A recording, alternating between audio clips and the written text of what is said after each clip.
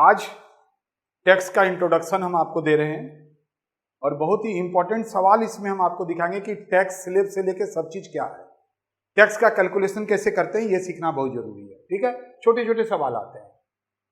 बहुत जगह आप देखेंगे एओपी लिखा हुआ है, तो घबराने का बात नहीं है। एओपी का पूरा नाम हो गया एसोसिएशन ऑफ पर्संस। बहुत जगह देखेंगे बीओआई लिखा हुआ, बॉडी ऑफ इंडिविजुअल। ठीक है, चैप्टर 6A बहुत जगह लिखा रहता है।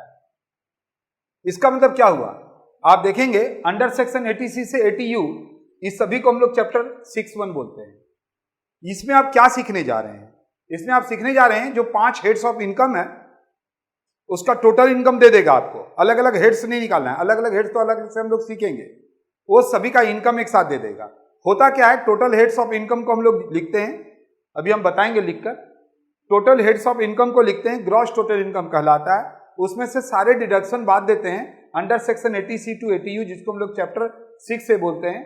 फिर जो बचता है वो टैक्सेबल इनकम होता है, उसी के ऊपर हम लोगों को टैक्स का कैलकुलेशन करना होता है। ठीक है, अब देखेंगे जितने भी सैलरीड पर्सन हैं या जो पेंशनर हैं, उसको सैलरी से एक डिडक्शन मिलता है जिसको स्टैंडर्ड डिडक्शन बोलते हैं, 50,000। उसका सेक्शन क्या, अंडर सेक्शन 16(1)। जब टैक्स का कैलकुलेशन करेंगे तो एक टैक्स रिबेट दिया गया है under section 87A, taxable amount does not exceed 5 lakh. अगर आपका total income, gross total income नहीं, टोटल इनकम यानी 5 हेड्स ऑफ इनकम को जोड़ेंगे, उसमें से डिडक्शन माइनस करने के बाद अगर 5 लाख या उससे कम होता है तो आपको कोई भी टैक्स नहीं देना पड़ता है।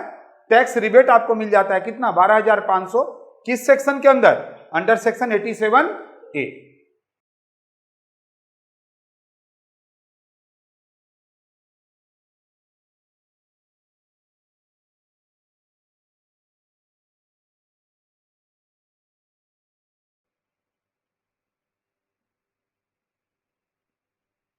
इंट्रोडक्शन में आगे आप देखेंगे जब टैक्स का कैलकुलेशन करेंगे तो 6 रुपया, 7 रुपया, 8 रुपया ऐसे में भी आ सकता है। तो यहां पर rounding off total income under section 288A में बोला गया है कि कोई भी जो टैक्स होगा ना, उसको नियरेस्ट मल्टीपल ऑफ 10 रुपये में मल्टीपल करेंगे। कितना में करेंगे, 10 में। जैसे अकाउंट में नहीं देखते हैं 1 रुपया में करते हैं, यहां कितना में करेंगे, 10 रुपया में। 2 डिडक्शन बहुत इंपॉर्टेंट है जब आप टोटल इनकम करेंगे। जैसे इनकम फ्रॉम अदर सोर्सेस, ये सब जब दे देगा ना, इनकम फ्रॉम अदर सोर्सेस जब दे देगा, मान लीजिए इंटरेस्ट इनकम दे दिया अदर सोर्सेस में, तो अदर सोर्सेस में under section 80 TTA interest income 10,000 तक छूट है। Only saving interest, only saving interest, ये ध्यान रखेंगे। यानी जो सीनियर सिटीजन नहीं है, जो सीनियर सिटीजन नहीं है उसके लिए अंडर सेक्शन 80 TTA एक डिडक्शन दिया गया है जिसको इंटरेस्ट इनकम बोलते हैं। अप टू कितना बोलिए थोड़ा, 10,000, लेकिन ओनली सेविंग में जो इंटरेस्ट मिलता है वही।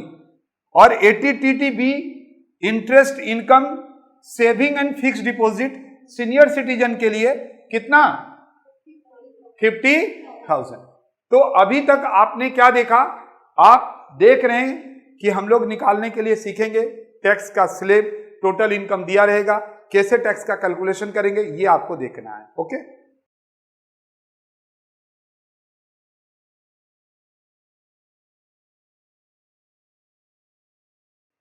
देखो अब हम लोग इनकम टैक्स स्लैब के बारे में बात करेंगे। किताब में ऑलरेडी स्लैब दिया हुआ है आपका, जिसमें आप देखेंगे कि 2.5 लाख तक नील है। लेकिन काफी लोग बोलते हैं कि सर ये तो चेंज हो गया है, बहुत तरह का स्लैब आ गया है। ऐसा कुछ नहीं है। जो आप सुनते हैं कि 5 लाख तक कोई टैक्स नहीं लगेगा, बात भी सही है, बात भी सही है। कैसे, स्लैब में कोई चेंज नहीं हुआ है, 2.5 लाख तक नील है। 2.5 लाख तक क्या है, देखिए नील है। और आगे लिखा हुआ है कि 2.5 से 5 लाख, मतलब नेक्स्ट 2.5 लाख, नेक्स्ट 2.5 लाख के ऊपर 5% का टैक्स लगता है। तो 2.5 लाख का 5% 12,500 हो गया।